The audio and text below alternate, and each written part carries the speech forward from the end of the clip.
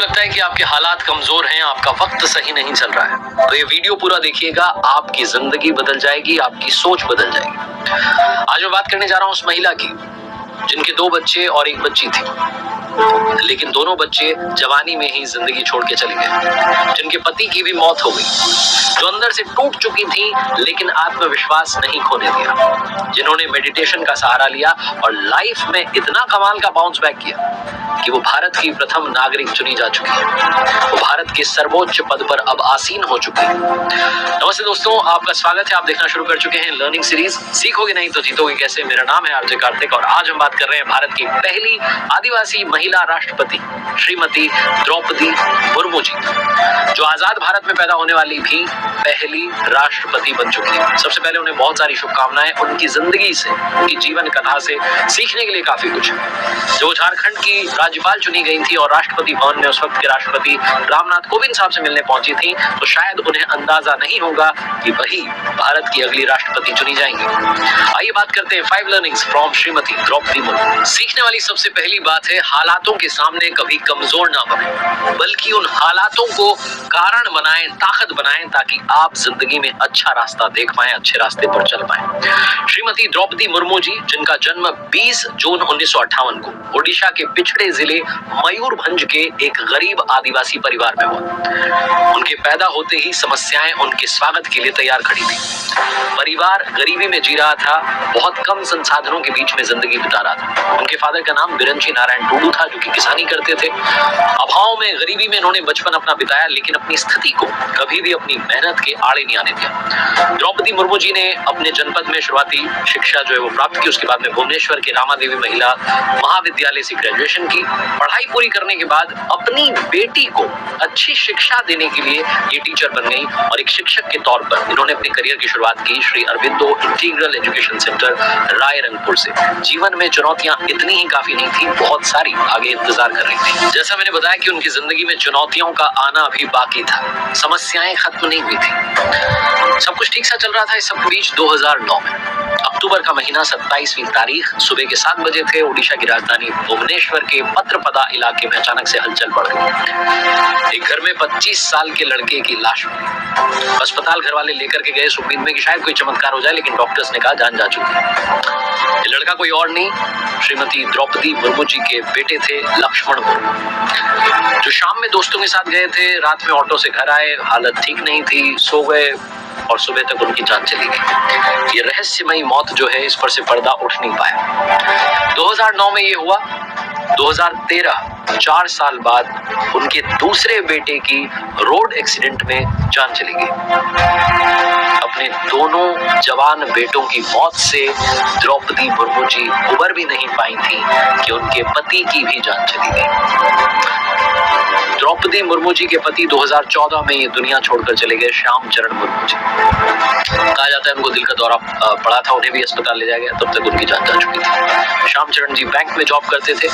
अब द्रौपदी मुर्मू जी की फैमिली में सिर्फ उनकी बेटी इतिश्री मुर्मू है, वो भी बैंक में जॉब करती है। द्रौपदी मुर्मू जी जो अंदर से टूट चुकी थी, जिनकी जिंदगी में इतना सब कुछ इतनी जल्दी इतने कम समय के अंतराल में हो गया था, उन्होंने अध्यात्म का सहारा लिया। वो राजस्थान के माउंट आबू में ब्रह्म कुमारी संस्थान में जाने लगी, कई दिनों तक मेडिटेशन करने लगी, ध्यान करने लगी, तनाव कम करने के लिए कोशिश करने लगी। उन्होंने राजयोग भी सीखा और संस्थान के अनेक जो कार्यक्रम थे, अलग अलग कार्यक्रम थे, उनमें हिस्सा लेने लगी और अपने आप को और ताकतवर बनाने लगी। कहने का मतलब यह है कि हालात चाहे जितने विपरीत हो जाएं, आपको पहाड़ की तरह बनना है, उनसे ऊपर उठना है। तीसरी सबसे बड़ी बात जो द्रौपदी मुर्मू जी की लाइफ हमें सिखाती है, लाइफ में आप ईमानदार रहें, अपने पैशन को फॉलो करते रहें, सही रास्ते पर चलते रहें, एक ना एक दिन आप अचीव जरूर करते हैं। कहा जाता है कि महिलाओं के लिए पॉलिटिकल रास्ता जो है, पॉलिटिक्स में जाना जो है, बड़ा मुश्किल होता है, बड़ा सफर जो है कठिन होता है, पत्थरों से भरा होता है। और द्रौपदी मुर्मू जी का यहाँ तक पहुंचना कोई आम बात नहीं है। दुनिया आज उनके बारे में बात कर रही है क्योंकि उन्होंने तमाम संघर्षों का सामना किया। शुरुआती दौर में अपने पॉलिटिकल करियर की शुरुआत उन्होंने बीजेपी के साथ में की थी। उड़ीसा में बीजेपी से जुड़ने के बाद में 1997 में उनको भारी जीत मिली और रायरंगपुर पंचायत से उन्होंने पार्षद का पद संभाला था। इसके बाद उनकी पार्टी ने उनके पैशन को देखते हुए उन्हें अनुसूचित जनजाति मोर्चा का वाइस प्रेसिडेंट बना दिया। 2000 से 2002 में बीजेपी और बीजेडी की जो गठबंधन की सरकार थी उसमें वो मंत्री बनी और उसके बाद 2002 से 2004 तक फिर से वो ओडिशा की मिनिस्टर चुनी गई। उसके बाद में जो कुछ हुआ वो आपको मालूम है। उनकी पर्सनल लाइफ में उथल पुथल मची हुई थी। वो मेडिटेशन का सहारा ले रही थी, मेडिटेट कर रही थी, अध्यात्म के रास्ते पर थी, एक नए जीवन की शुरुआत कर चुकी थी, कमबैक की कहानी लिख रही थी। इस सब के बीच में उन्हें 2015 से 2021 तक झारखंड का राज्यपाल चुन लिया गया और 2022 में अब वो भारत की पहली आदिवासी महिला राष्ट्रपति चुनी जा चुकी है। उनका सफर हमें बताता है कि जीवन में आप सही रास्ते को चुनिए, उस पर चलते रहिए, एक न एक दिन आपको मंजिल डेफिनेटली मिलेगी। और चौथी सबसे बड़ी बात वो सिखाती हैं, लाइफ में अनबायस्ड रहिए, निष्पक्ष बने रहिए। गवर्नर चुने जाने के बाद द्रौपदी मुर्मू जी ने झारखंड स्टेट में संवैधानिक प्रमुख के रूप में पक्ष और विपक्ष दोनों नेताओं की बातें सुनी। उनके जब उनका कार्यकाल था उस वक्त राजभवन का जो द्वार था वो हर संगठन के व्यक्ति के लिए खुला रहता था। बीजेपी की जो पुरानी सरकार थी और जो झारखंड मुक्ति मोर्चा की सरकार थी, दोनों ही सरकारों को कई सारी नसीहतें द्रौपदी मुर्मू जी ने दी। बीजेपी की जो पुरानी सरकार थी वो आदिवासियों के हितों को संरक्षित करने वाले 2 महत्वपूर्ण कानून जो है उनमें संशोधन की कोशिश कर रही थी। विपक्षी जो नेता थे, जो पार्टियां थी, उन्होंने हंगामा किया। इस सब के बावजूद जो है वो 21 नवंबर 2016 को विधानसभा से बिल पारित उन्होंने करवा दिया और गवर्नर के पास भेज दिया, द्रौपदी मुर्मू जी के पास। 7 महीने तक उन्होंने उस पर विचार किया और उसके बाद जो उस वक्त की सरकार थी उनको वापस बिल लौटा दिया और कहा कि आप इस पर पुनर्विचार करिए। उन्होंने राज नहीं बल्कि राजधर्म निभाया। और आखिरी सीखने वाली सबसे बड़ी बात यह है कि मेमोरीज से भी आप मोटिवेट हो सकते हैं।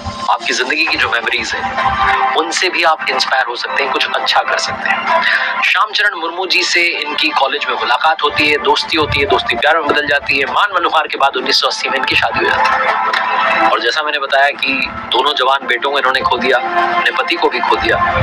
इनकी जिंदगी में वो बुरे लम्हे भी आए, लेकिन इन्होंने जो अपने बच्चों के साथ, पति के साथ जीवन बिताया था, जो खूबसूरत लम्हे थे, उनको संजोने की सोची।